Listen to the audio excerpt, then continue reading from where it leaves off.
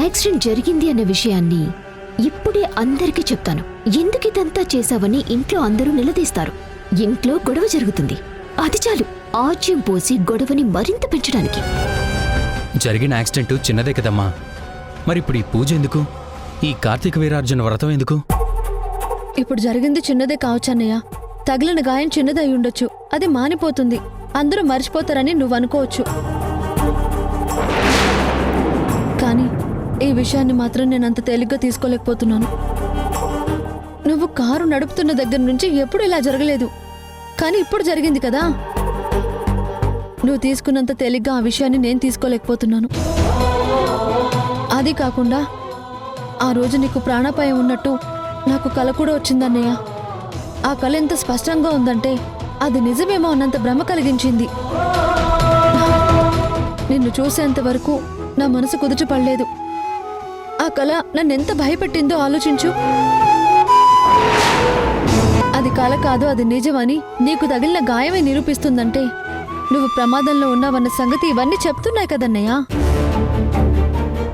ఇదే మాట నేను పూజారి గారికి చెప్పాను. అప్పుడే ఆయన నాకు ఈ వ్రతం గురించి చెప్పారు. కార్తవీర్యార్జున వ్రతం చేస్తే 1000 చేతులు కలిగిన స్వామి కవచంలా కాపాడతారని చెప్పారు. సరేనమ్మా, నువ్వు చెప్పింది నేను ఒప్పుకుంటాను. అయితే నువ్వే చేయడం ఎందుకు? ఎంత ఖర్చు అవుతుందో చెప్పమను, అది మనం ఇచ్చేద్దాం. అది పూజారినే చేసేమను. అప్పుడు ఎవరికి ఏ ఇబ్బంది ఉండదు కదా, నీకు ఈ భయం ఉండదు కదా. లేదన్నయ్య, ఇది రక్త సంబంధీకులు మాత్రమే చేయాలంట. ఒకే రక్తం పంచుకు పుట్టిన వాళ్ళు చేస్తే మాత్రమే ఆ ఫలితం ఉంటుందంట. నేను ఆ వ్రతం చేసి హోమం చేసి ఆ దీక్షా కంకణాన్ని నీ చేతికి కడితేనే ఆ కంకణమే నీకు బలంగా అవుతుంది. నా చేత్తో తయారు చేసిన ప్రసాదాన్ని ఆ స్వామికి నైవేద్యం పెట్టి ఆ ప్రసాదం నీకు పెడితేనే అదే నీకు బలమై కాపాడుతుందంట. అది రక్త సంబంధానికి ఉన్న బలం. అందుకే ఆ బంధం ఉన్నవాళ్ళు మాత్రమే ఇది చేయాలని పూజారి గారు మరీ మరీ చెప్పారు. అందుకే నేను చేస్తానన్నాను. రేపే గుళ్ళో కార్తవీర్యార్జునుడి హోమం చెయ్యాలన్నయ్య.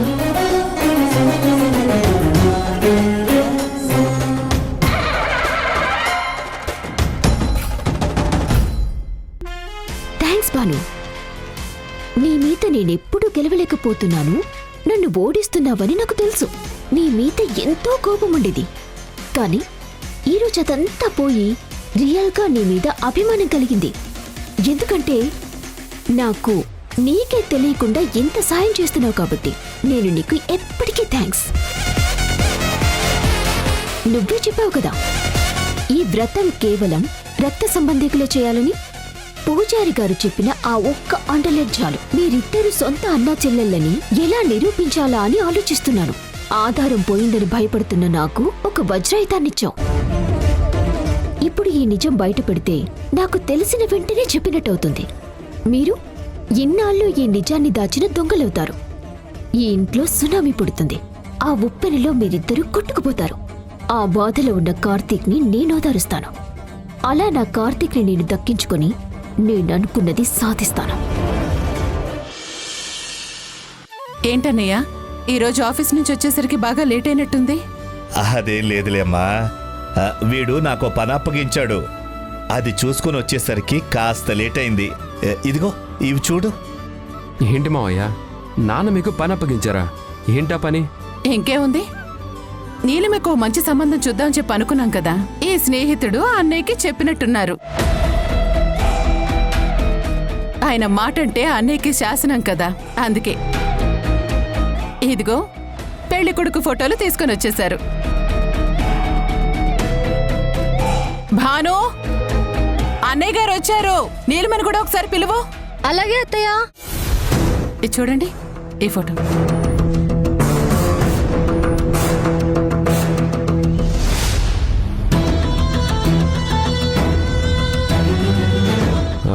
నీలిమా, మావయ్య నీకు సంబంధాలు తీసుకొచ్చారు. ఏంటి నాన్న, మీరు నీలిమకి సంబంధం తీసుకొచ్చారా? అవును తల్లి.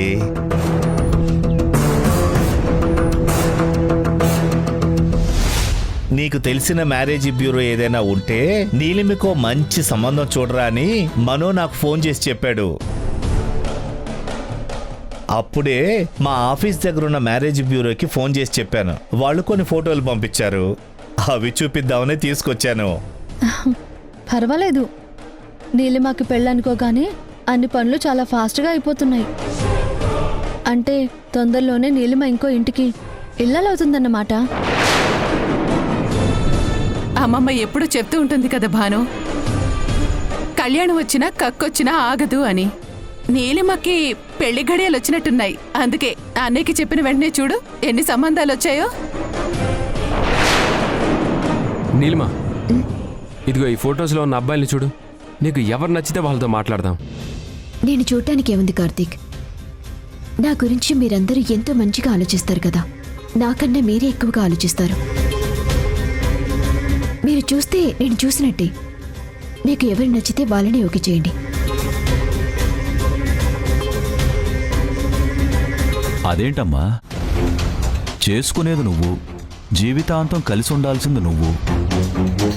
నువ్వు ఓకే చేసిన వాళ్ళతో మేం మాట్లాడాలి తప్ప మేం మాట్లాడిన వాళ్ళని నువ్వు పెళ్లి చేసుకోవడం ఏంటి? పర్వాలేదు అంకుల్, ఆంటీ చెప్పారు కదా నా భవిష్యత్తుని తను చూసుకుంటానని. అందుకే ఇంకా నేను చూడటానికే ఉంది. లేదు నీలిమా, నీకు మంచి భవిష్యత్తు ఇవ్వాలని మేమందరం చూసుకుంటాం. కానీ జీవితాన్ని పంచుకోబోయే వ్యక్తిని నువ్వే చూసుకొని సెలెక్ట్ చేసుకోవాలి. ఇదిగో ఈ అబ్బాయి మా అందరికీ బాగా నచ్చాడు. ఒకసారి ఈ ఫోటో చూడు. వద్దు కార్తీక్, మీకు అంతగా నచ్చారు అంటే మీ ఇష్టాన్ని నేనెందుకు కాదంటాను.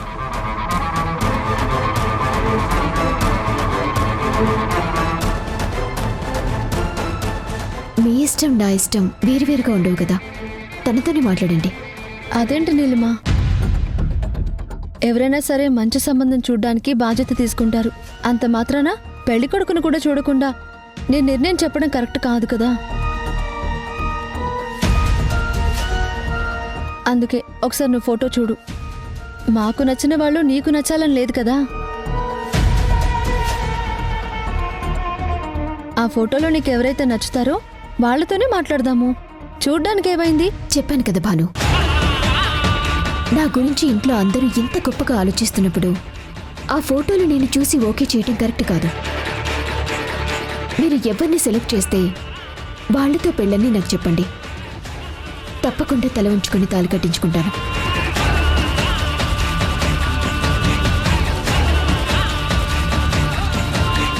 మరీ ముఖ్యంగా కార్తీక్ ఇష్టమే నా ఇష్టం.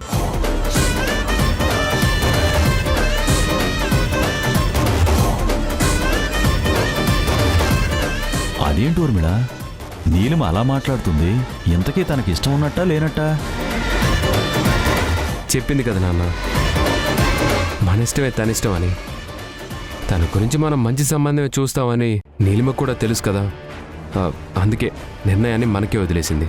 నీలిమ పెళ్లి కొప్పుకుంది. మన నిర్ణయానికి తల వంచి తాళి కట్టించుకుంటానంది. తనకి మంచి సంబంధం చూస్తాం తప్ప ఇంకోలా మనం ఎందుకు చూస్తాం?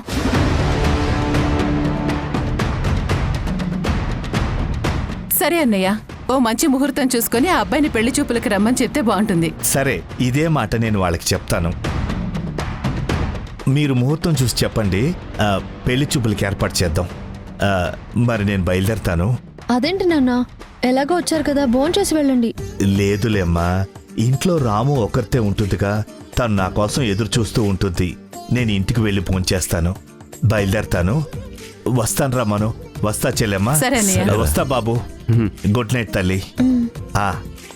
బాయ్.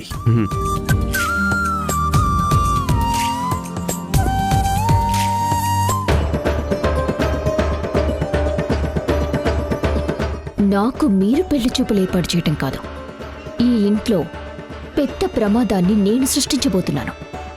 ఒక భయంకరమైన నిజం బయటికి తెలుస్తుంది. అప్పుడు నా పెళ్లి సంగతులు అందరూ మర్చిపోతారు.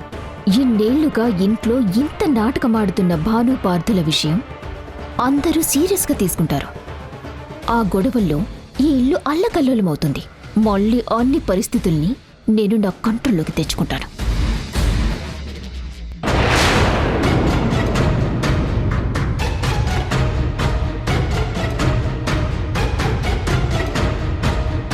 నీలిమా,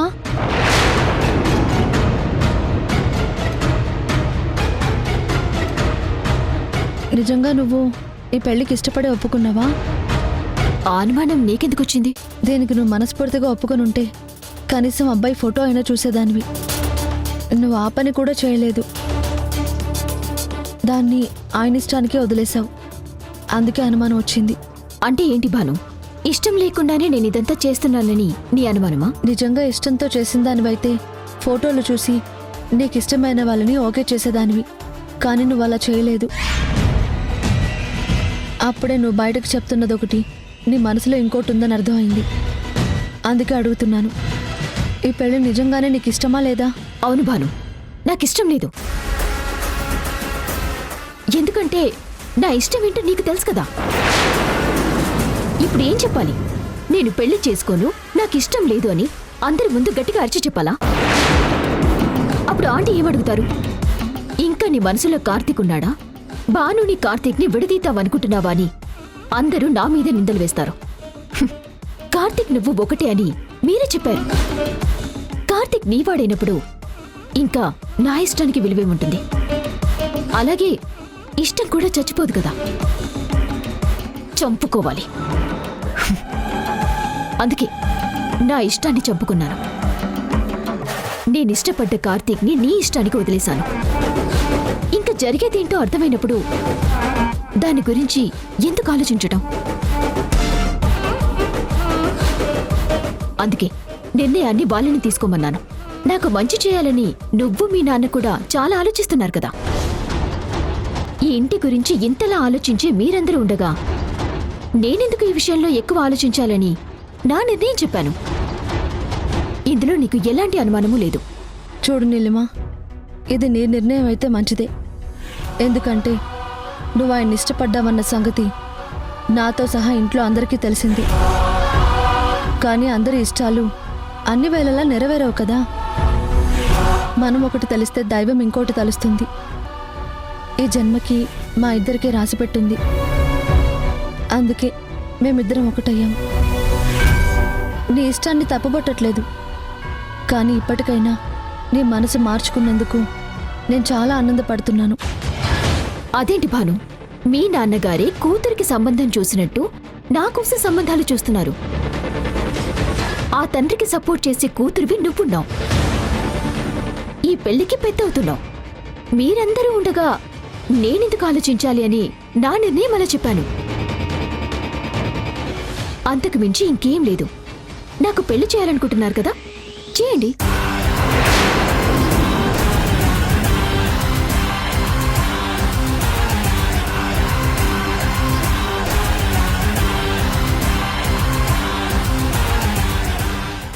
జరిగేది నా పెళ్లి కాదు భాను. రేపు నువ్వు చేసే హోమం బయటికి తెలిసిపోతుంది. మీ అన్నా చెల్లెల బంధం అందరి ముందు నేను తెలియజేయబోతున్నాను. అక్కడ హోమాగ్ని ఎంతలా రాజుకుంటుందో ఇక్కడ ఈ ఇంట్లో చిచ్చు కూడా అంతలా రాజుకుంటుంది. ఆ మంటల్లో మీరు సమితలవుతారు. నా పెళ్లి ప్రస్తావన కూడా బూడిదైపోతుంది.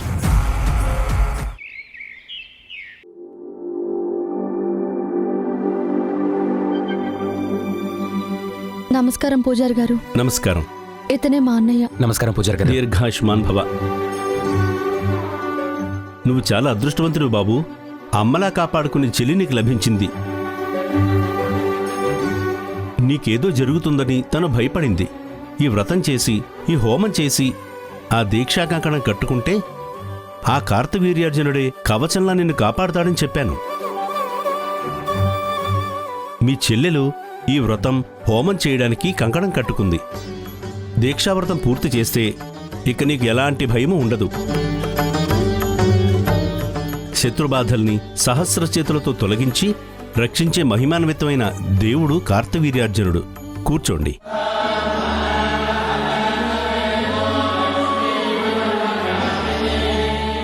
బొట్టు పెట్టుకోండి బాబు. ఓం శ్రీ గణేశాయ నమః. ఓం శ్రీ సరస్వత్యై నమః. ఓం శ్రీ గురుభ్యో నమః.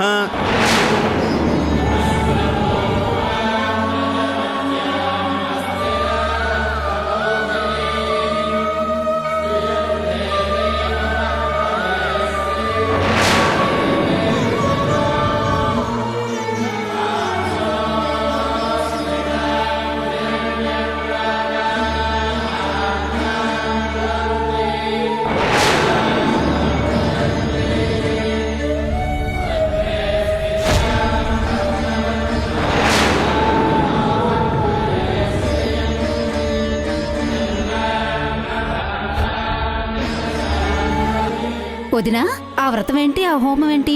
ఇది ఎప్పుడు చూడలేదే. ఇది కార్తవీర్యార్జున వ్రతం.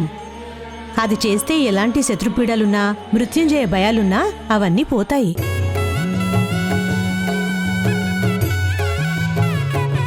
ఆ అమ్మాయి ఆ వ్రతమే చేస్తుంది. ఇది ఆడవాళ్ళు చేయొచ్చా? ఆ అది తన కోసం చేయడం లేదు, తన అన్నయ్య కోసం చేస్తుంది. అదిగో అక్కడ కూర్చుని ఉన్నాడు కదా, ఆ అబ్బాయి కోసం చేస్తుంది. తనకేదో దోషాలున్నాయి, అందుకని ఆ చెల్లెలు భయపడింది. పూజారి గారిని అడిగిందంట, ఈ వ్రతం చేసి ఆ హోమం చేసి ఆ కంకణం అన్నయ్య చేతికి కడితే ఎలాంటి భయం ఉండదని పూజారి గారు చెప్పారంట. అందుకే ఆ తల్లి ఆ వ్రతం చేస్తుంది. ఎంతైనా ఇలాంటి చెల్లెలుండాలంటే అదృష్టవంతులై ఉండాలి. పుట్టింటికి వస్తే పలకరించేవాళ్లే తప్ప అన్నా చెల్లెలు అనుబంధం గురించి ఇంతలా ఆలోచించేవాళ్ళు ఎవరుంటారు? కానీ అన్నయ్య గురించి ఆ అమ్మ అంతలా ఆలోచించిందంటే ఎంత గొప్ప విషయమో కదా. నిజమే, ఆ అమ్మ నాకు దూరమైనా నన్ను అమ్మలా కాపాడుకోవడానికి నా చెల్లెలు బాగానే ఉంది. నేను ఎంతో అదృష్టవంతుణ్ణి. ఇంత గొప్ప చెల్లెలు నాకుంది. తన వల్లే ఈరోజు నాకు కుటుంబం ఉంది. నా వాళ్లతో నేనుంటున్నాను. ఇదంతా నా బాను వల్లే. ఇప్పుడు కూడా నాకేమీ కాకూడదని ఇంతలా చేస్తున్న నా చెల్లెలికి ఏమి చెరువునం తీర్చుకోను? చెయ్యి బాను, ఆ పూజ పూర్తి చేసి హోమం కూడా మొదలుపెట్టు. ఆ అగ్నిజ్వాలలోనే నీ భవిష్యత్తుని నేను లెక్క కడతాను. అమ్మా, వ్రతం పూర్తయింది. స్వామివారికి హారతి ఇచ్చాక హోమాన్ని ప్రారంభించాలి.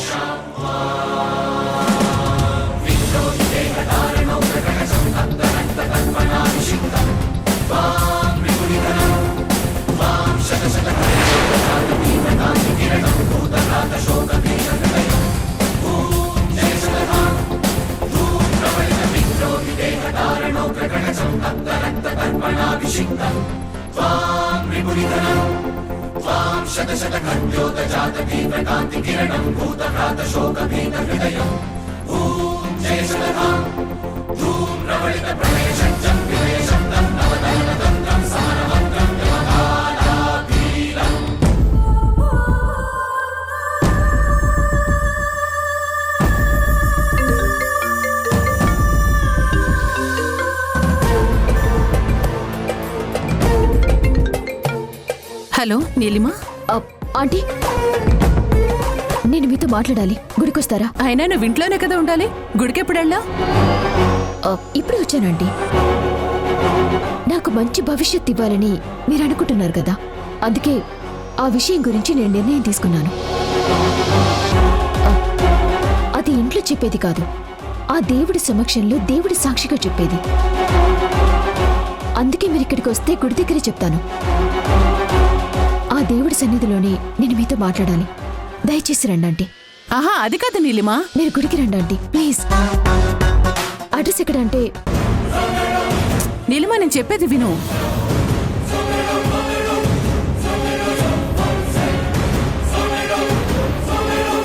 తప్పకుండా రండి ఆంటీ, ప్లీజ్. నీలిమా, నీలిమా.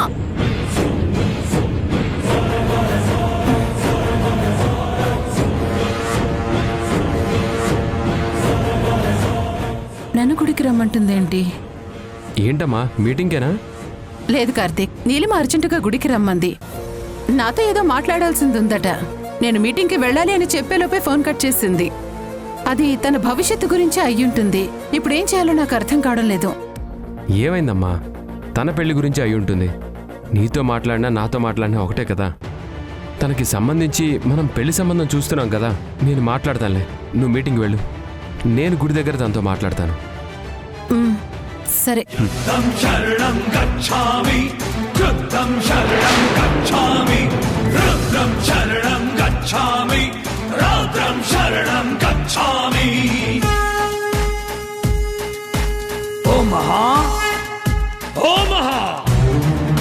రహస్యం అవశ్యం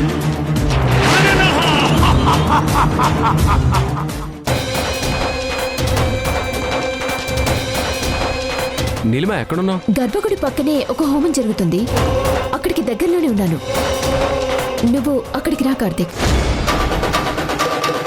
మీ అన్నయ్య మీదున్న దోషాన్ని తీసేయాలనుకుంటున్నావు. ఆ మంట అంత ఉవ్వెత్తున లేస్తూ ఉంటే మీ అన్నయ్యని అదే రక్షణ కవచంగా కాపాడుతుందని మురిసిపోతున్నావు. ఆ మంటలే నీ జీవితాన్ని మండిస్తాయని తెలుసుకోలేకపోతున్నావు. నేననుకున్నది జరిగింది. మొత్తానికి కార్తీక్ చూసేశాడు.